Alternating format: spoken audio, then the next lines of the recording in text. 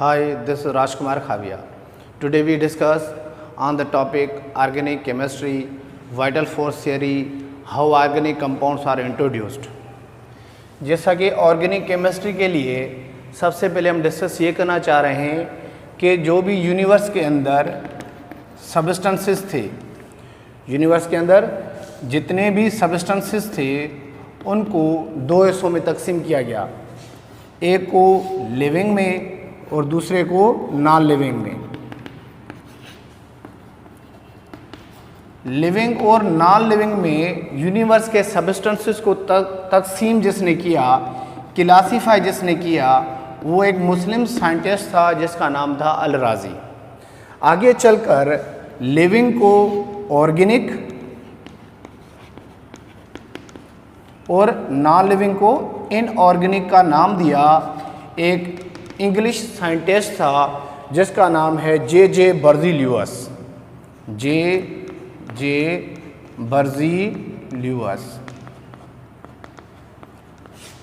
बर्ज़ीलियस 1808 में लिविंग को ऑर्गेनिक और नॉन लिविंग को इनऑर्गेनिक का नाम दिया।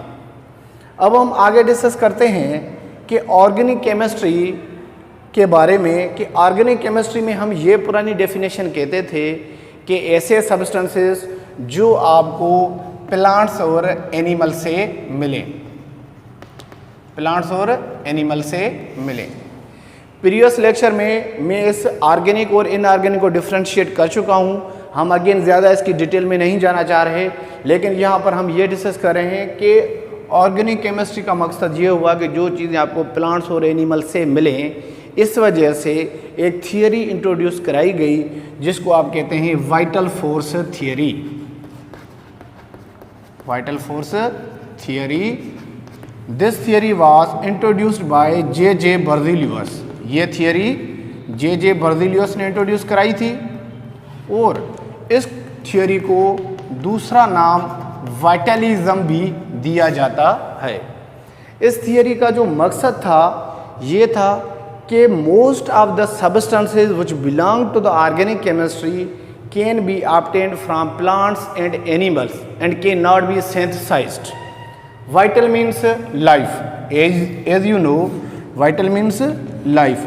तो ऑर्गेनिक सब्सटेंसेस जो हैं वो प्लांट्स और एनिमल की लाइव्स में से हम हासिल कर सकते हैं, लेकिन हम इनको सिंथेसाइज्ड नहीं कर सकते। ये थियरी जो थी 19th सेंचुरी में रिजेक्ट हुई जब एक German chemist Friedrich Wohler, German chemist Friedrich Wohler accidentally synthesized urea, तो इससे ये थियरी जो है वो रिजेक्ट हो गई। कब? 19th सेंचुरी में। अब हम डिस्कस करते हैं कि ये थियरी कैसे रिजेक्ट हुई। जैसा कि सबसे पहले जो हमारे पास कंपाउंड था वो AgCN था, AgCNO प्लस अमोनियम क्लोराइड। इनका जब आपस में रिएक्शन कराया गया तो हमारे पास जो प्रोडक्ट बनी वो AgCl बनी और NH4CnO। अब फ्रेडरिक वोलर ने क्या किया, अमोनियम साइनेट को बॉयल किया in the presence of water, NH4CnO in the presence of water की प्रेजेंस में इसको बॉयल किया तो हमारे पास जाके जो कंपाउंड बना वो था NH2CO, NH2 जिसको हम यूरिया कहते हैं। ये जो कंपाउंड है इनिशियली ये कंपाउंड इनऑर्गेनिक है और एक्सीडेंटली ये कन्वर्ट हो गया ऑर्गेनिक सब्सटेंस में।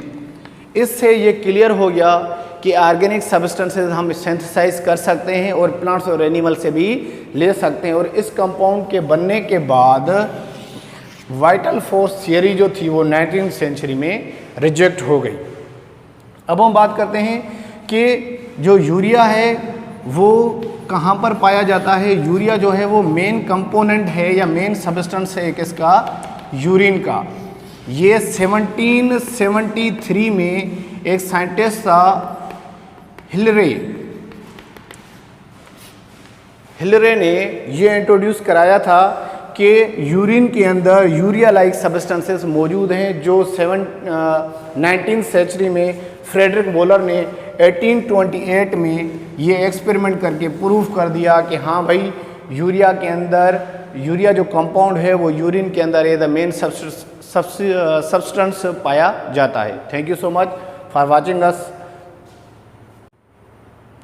जैसा कि 1865 में केक्यूल कार्बन की वैलेंसी बताई, जो कार्बन की वैलेंसी है वो है टेट्रावेलेंट। कार्बन जो है वो टेट्रावेलेंट है, ये केक्यूल ने 1865 में बताया। और इसके साथ साथ हमें बेंजीन के बारे में भी इसने बताया कि बेंजीन के अंदर कार्बन कितने बॉन्ड्स बना सकता है। यहाँ पर हमें इसके सिंगल, डबल और ट्रिपल बॉन्ड के बारे में भी इंफॉर्मेशन केक्यूल ने हमें बताई। कार्बन में एक और प्रॉपर्टी पाई जाती है, वो है कैटिनेशन। कैटिनेशन क्या होता है? Self linkage between atoms. तो ये कैटिनेशन प्रॉपर्टी कार्बन में पाई जाती है। हालांकि इसी ही ग्रुप के एक और एलिमेंट में पाई जाती है जिसको आप सिलिकॉन बोलते हो, लेकिन सिलिकॉन के अंदर कैटिनेशन प्रॉपर्टी इतनी स्ट्रांग नहीं है, तो आप इसको लिखते हैं इनसिग्निफिकेंट। अब रीज़न क्या है, क्यों नहीं है? क्योंकि कार्बन मल्टीपल बॉन्ड्स बनाता है। अब मल्टीपल बॉन्ड्स कार्बन अगर बना सकता है तो कार्बन में क्या हो सकता है? Carbon carbon single bond, carbon carbon double bond, carbon carbon triple bond, और at a time carbon can forms 4 bonds with other carbon atoms while silicon doesn't do such type of the phenomena। और इसकी size larger होने की वजह से भी इसके जो सब्सटेंसेस हैं वो कार्बन के मुकाबले में लेस स्टेबल होते हैं। उसके साथ साथ कार्बन जो है वो हमारे पास अर्थ क्रस्ट में मौजूद होता है, अर्थ क्रस्ट में मौजूद होता है, और इसकी जो परसेंटेज होती है वो 0.723% होती है। Thank you so much for joining us. अगर आपको ये लेक्चर अच्छा लगा तो काइंडली मेरा चैनल सब्सक्राइब करें, दोस्तों को शेयर करें, लाइक करें। Thank you so much.